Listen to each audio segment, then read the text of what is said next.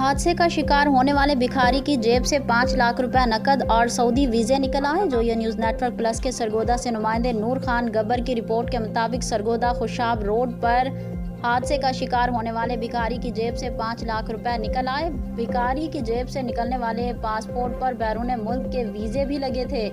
Rescue 1122 के अहलकार ने बताया कि मोहम्मद शख्स खुशाब रोड पर बेहोशी की हालत में पाया गया।